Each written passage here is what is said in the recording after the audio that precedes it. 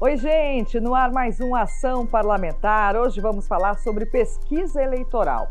Você vai conhecer a metodologia e os critérios usados para a realização desse levantamento que indica a intenção de voto. E um projeto de lei que tramita aqui na Câmara prevê atendimento prioritário para pacientes com diabetes. Isso quando houver necessidade de realização de exames. E claro, tem aquele nosso passeio diferente pela cidade. Nosso ponto de parada dessa vez é a Casa de Cultura Chico Triste. Você sabe quem foi ele? Então fica por aí que a gente te conta essa história na edição de hoje.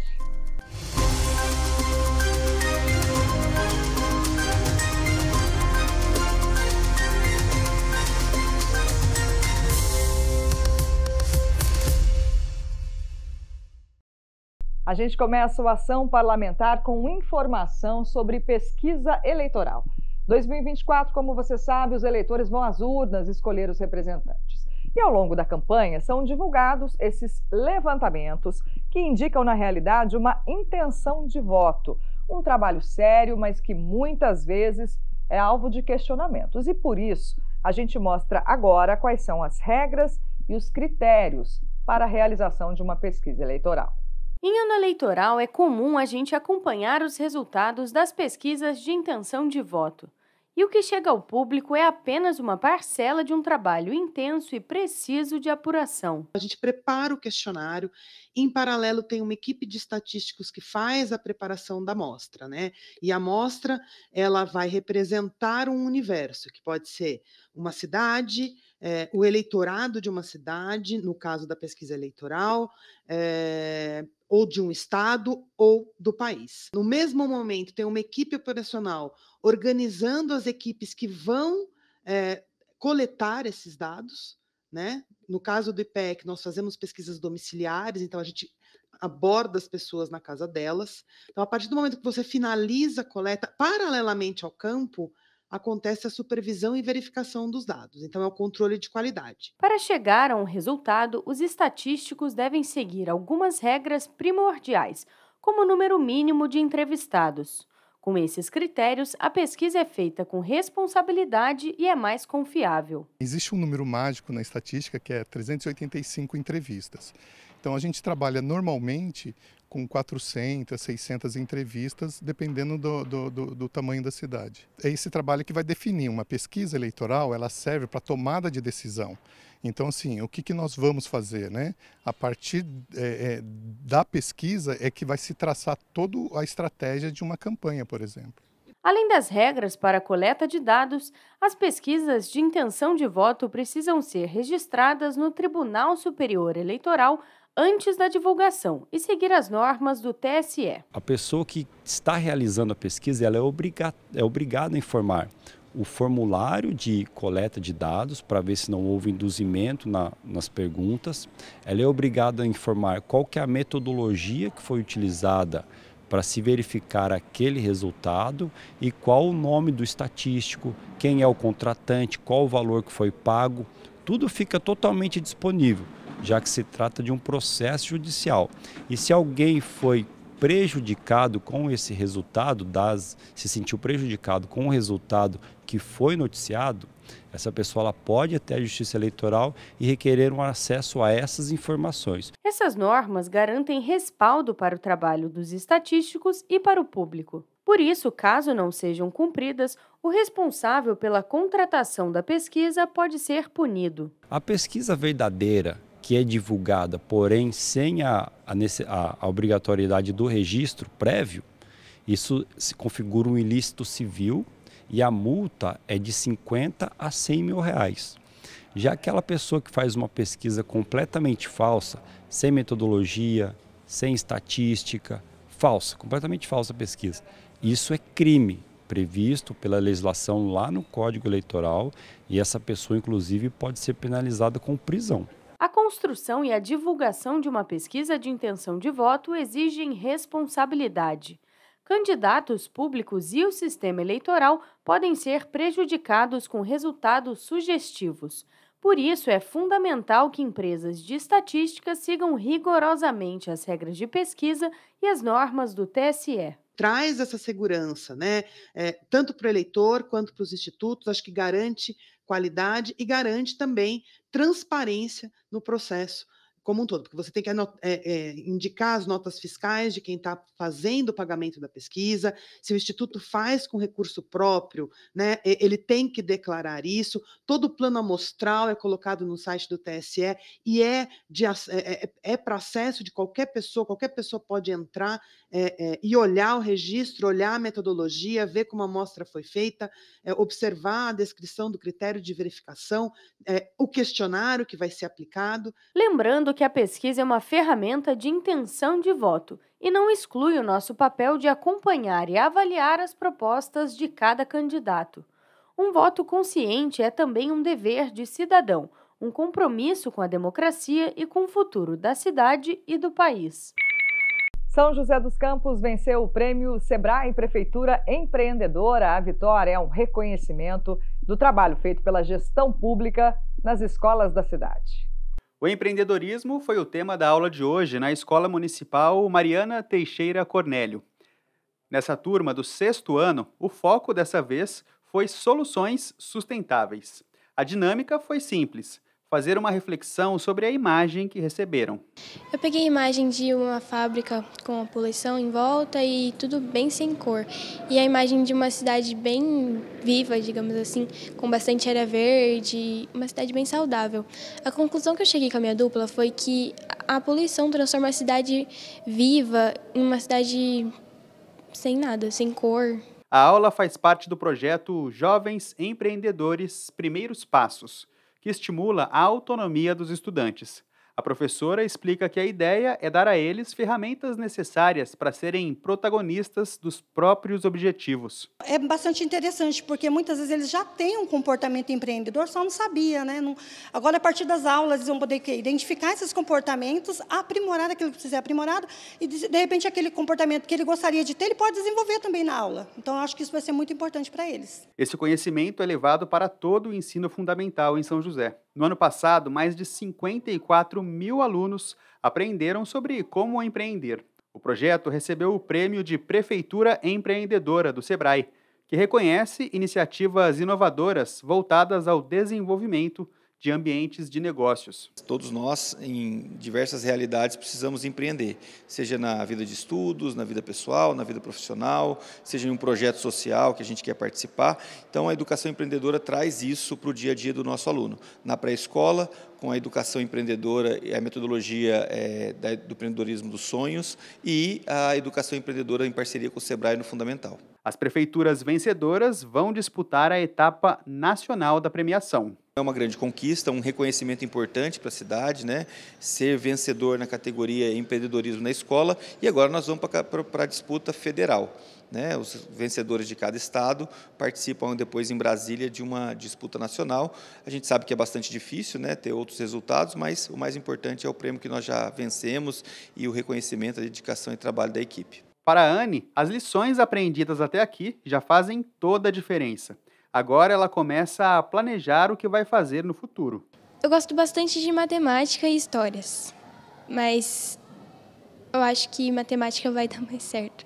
Na Câmara, a educação empreendedora é vista como fundamental para o desenvolvimento de habilidades práticas dos alunos. Com pensamento crítico, criatividade, resolução de problemas e liderança, eles estarão preparados para contribuir de forma significativa para a economia. E isso é fundamental, porque quando a gente fala de empreendedorismo, além do empreendedorismo nas escolas públicas municipais, além da gente estar falando dessa coisa de abrir empresa, de gerar emprego, renda, que é o que alavanca, é o que põe dinheiro na caixinha do poder público para que os políticos possam escolher prioridades e gastar, né? Também nós estamos falando de protagonismo, do cidadão assumir o protagonismo de sua vida e ser um empreendedor. Você pode até não ter uma empresa, mas você pode ter um espírito empreendedor ao tomar esse protagonismo para si, ir à frente e fazer acontecer em sua vida. Além disso, a Comissão de Educação pode desenvolver políticas e programas que incentivem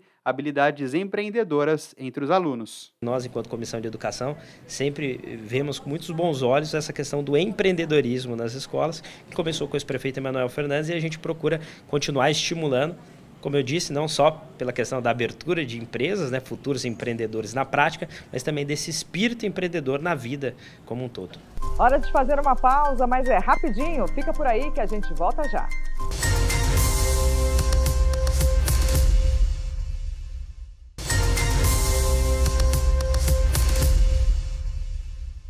Estamos de volta. E um projeto de lei de autoria do vereador Lino Bispo, que tramita aqui na Câmara, prevê atendimento prioritário para pacientes com diabetes, isso quando houver a necessidade de realização de exames que exigem jejum.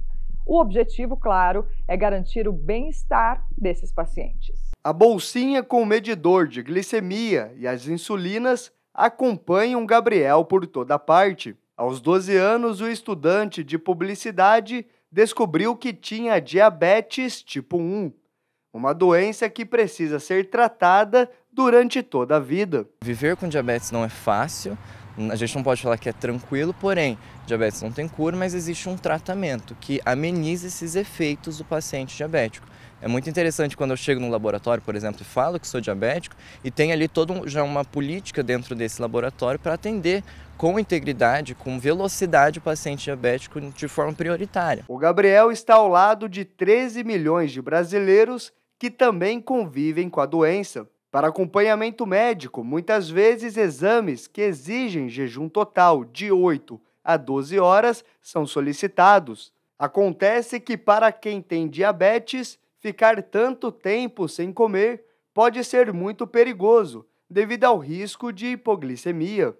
Que daí a pessoa pode ter aqueles sintomas, né, de diminuir a consciência, tremores, suadeira. Quando ela tiver, é importante ter ali os enfermeiros, ter o glicosímetro para fazer e corrigir, comendo, se a pessoa estiver consciente, e se não estiver consciente, endovenoso, né? Então é um risco importante, principalmente quando usa insulina.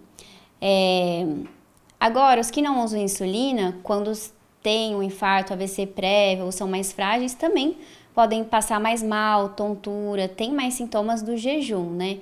Então, é importante que elas tenham prioridade para realizar exames para evitar esses sintomas, sim. Para encontrar uma solução a este problema, o vereador Lino Bispo apresentou um projeto em tramitação na Câmara para que pacientes diabéticos tenham atendimento prioritário na realização de exames que exigem jejum total. A comprovação seria realizada por meio da apresentação do documento médico. Então, nosso objetivo, de fato, é diante de uma necessidade que as pessoas têm, inclusive eu também tomo, né, remédio para glicemia, e muitas pessoas elas têm assim uma dificuldade grande de ficar sem alimentação por muito tempo. Então, ao esta pessoa chegar qualquer estabelecimento da cidade, ela ser priorizada devido à necessidade que ela tem de se alimentar e não pode ficar muito tempo sem se alimentar. Então, o nosso projeto vem para dar uma condição melhor para essas pessoas, para não passar mal ali devido à falta de alimentação. De acordo com a justificativa do projeto, o objetivo da proposta é promover para a população a garantia do direito à saúde, forma também de assegurar o bem-estar de pacientes diabéticos. A diabetes, de fato, é uma doença silenciosa e, de repente, ela complica alguma situação e você não sabe por quê, mas é por causa da diabetes alta. Então, quando o paciente vai buscar um atendimento, ele sendo diabético, ele precisa ter essa prioridade porque ele precisa se alimentar para ele não ter, assim, problema de desmaio, né, passar mal ali no atendimento. Esse é o nosso objetivo. Apesar de atingir quase 7% da população brasileira, a diabetes ainda é uma doença silenciosa e muito subnotificada. Por isso, o vereador Lino Bispo acredita que, a partir da criação desta política, as pessoas aumentem também a conscientização sobre os riscos e a importância do diagnóstico da doença. Nossa, vai ser muito fundamental. Até para o paciente que está lá, mas também pela necessidade de urgência de tratar. Muitos chegam sem um exame há anos, com sintomas de diabetes, em que a gente já precisa colocar insulina, já precisa reavaliar com o exame, mudar a dose, saber da função renal para saber o tratamento. Então é importantíssimo para o paciente e também para o médico que precisa ver ele urgente para conseguir dar uma conduta adequada, com medicações melhores para ele. E se a gente tiver, primeiro, um apoio familiar, um apoio de amigos, de família em si, para fazer toda essa gestão, e segundo, um apoio governamental para que tudo isso seja amenizado, os efeitos do diabetes, porque efeitos vão ter. Agora, se a gente conseguir amenizar para ter uma qualidade de vida melhor, com certeza vai ser fundamental nesse tratamento de diabetes. Mais um intervalo aqui no Ação Parlamentar e na volta você vai conhecer a história de Chico Triste. Fica por aí que a gente volta em instantes.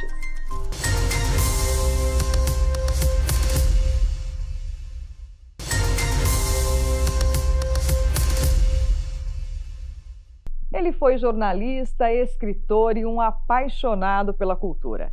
Francisco da Silva nasceu em Sergipe, mas veio para São José dos Campos e aqui contribuiu com a cultura do Vale do Paraíba em suas crônicas e estudos sobre o folclore.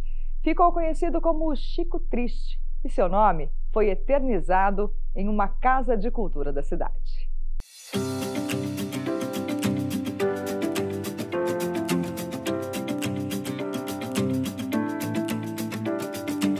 Casa de Cultura Chico Triste, na Vila Tesouro, um lugar de arte e criatividade. Aqui a cultura é para todas as idades. No coral infantil, as crianças já aprendem a se expressar desde cedo.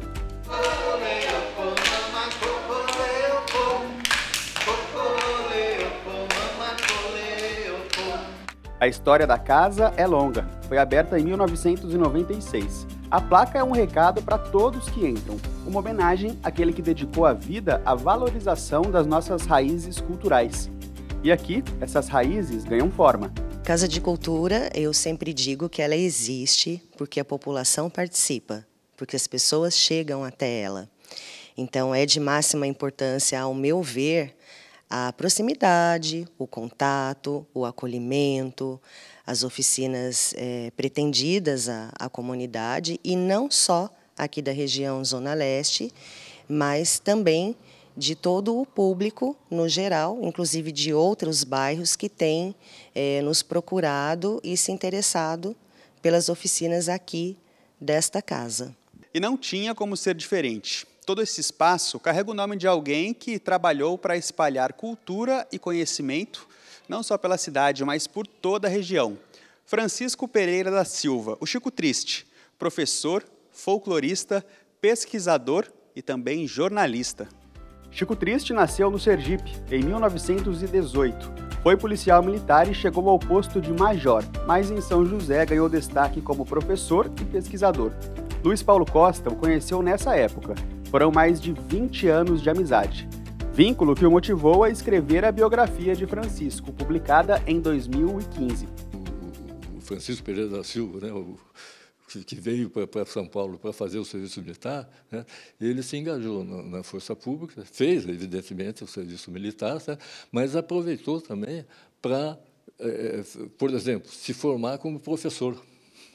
Né. Ele, na Força Pública, certo, ele se envolveu, certo, com o professorado, certo, mas e se tornou professor, certo, e fazendo força pública, certo? E outras atividades, certo, que não tinham nada a ver com o policiamento e tudo mais, certo? Mas que na força pública era desenvolvido, e ele aproveitou isso aí, certo?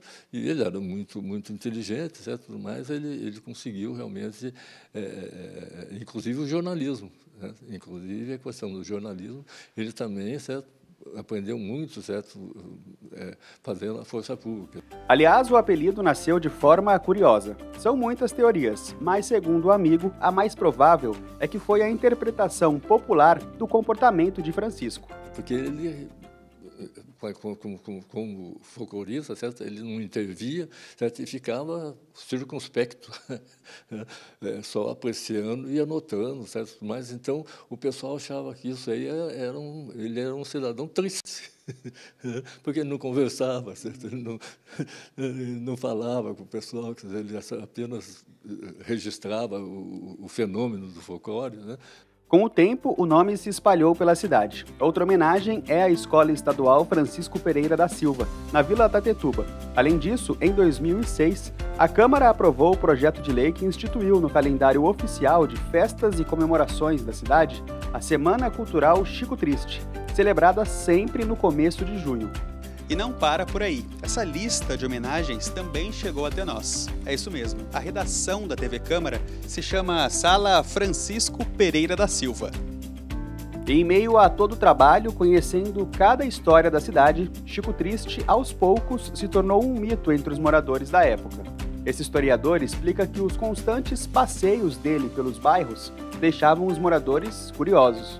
Há relatos dele ser essa pessoa que circulava pela cidade, observando os gestos e os hábitos das pessoas, que frequentava alguns bares da cidade, por exemplo, Petisqueira, que existia na cidade, eu não sei se existe mais, e lá sentava e geralmente usava paletó, mesmo no local, numa época assim, quente, né? Já numa época que não se usava mais paletó, estou falando aí da década de 70, né? Sentava lá e com um gravador, ouvia as gravações, ou gravava, fazia as anotações. Então tem pessoas que olhavam para ele e falavam, olha, deve ser alguma pessoa religiosa, né, usando um traje específico, um traje oficial, assim, né, digamos assim. Mas não, era um pesquisador de uma outra época, né, que se vestia como de uma outra época, uma certa elegância, né. Então era uma figura singular, assim, que chamava atenção na paisagem, né. E foi com as ferramentas do jornalismo, como apuração e entrevistas, que Chico Triste também deixou uma rica pesquisa sobre a cultura popular da região. O trabalho do folclorista contribui até hoje para o autoconhecimento do povo de São José e região. Então, o que era tecnologia popular, tecnologia folclórica, que o povo engendrava e criava, ele estava lá observando e presenteava a população com essas crônicas. E essas crônicas foram fundamentais para o que vai resultar depois na Comissão Municipal de Folclore na década de 80. Quer dizer, o trabalho do professor Chico Triste, publicando sobre, sensibilizando e divulgando, difundindo a nossa cultura popular, o nosso folclore, influenciou pessoas como a professora Helena Borgoff, Yolanda Borgoff, a professora Ângela Savastano.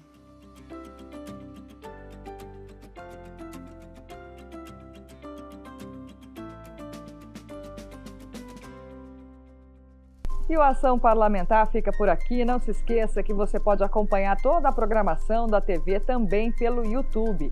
É só buscar por TV Câmara SJC.